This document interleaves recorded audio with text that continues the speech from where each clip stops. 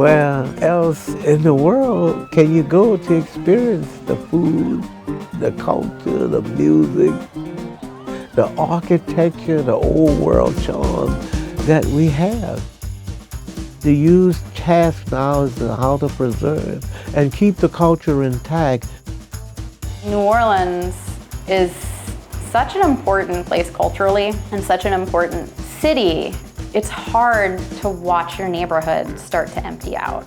It's hard to lose neighbors on the corner and then watch them get replaced by a revolving cast of folks from California or, Illinois or Florida in town for a bachelor party. But more importantly, I think access to housing is like a moral issue.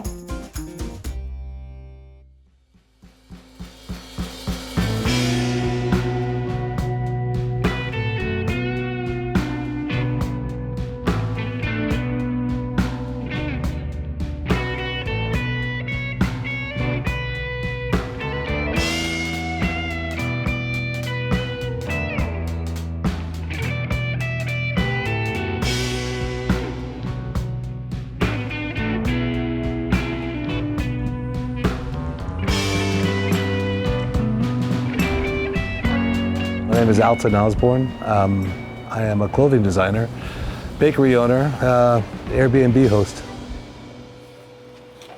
Hey, give me a hand with that. All right. What's happening? Justin. How you doing, man? Nice to meet Alton. Who are you? I'm Caitlin. Hey, Caitlin. Nice to How you meet do? I've had nearly 200 guests, and it's been all 5-star ratings. I really try to keep people happy and show them the real city. I made an addition onto my house. So we weren't looking for any roommates or anything. It was just, Airbnb or the short-term rentals were becoming a thing. I take pride in the space that I've created. It's 24 days out of the month. I think we always try to find the cheapest option. We just kind of like to see what's available outside of like the normal things people would first check out.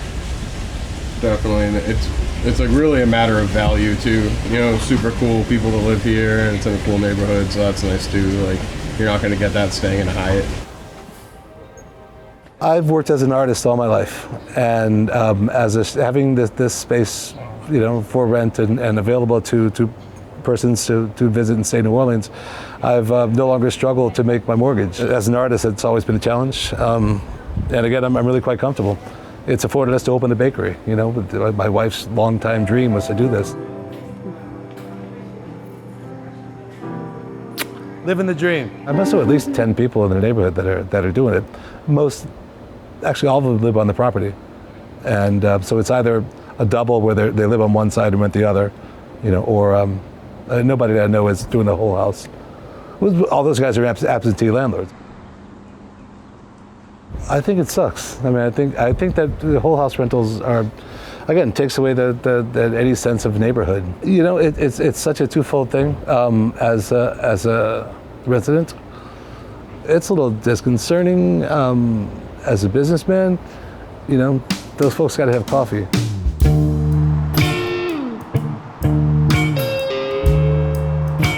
So the purple one is an Airbnb, the yellow one is an Airbnb, 3 units. Down this way, there's a huge house that was a 3-unit house that had a man in a wheelchair. It was an accessible unit. They all got evicted. A couple from California bought it. Now it's a Airbnb. So my name is Brianne Dedecker. I am the program manager for Jane Place Neighborhood Sustainability Initiative, a tenant rights advocacy organization and a housing advocacy organization.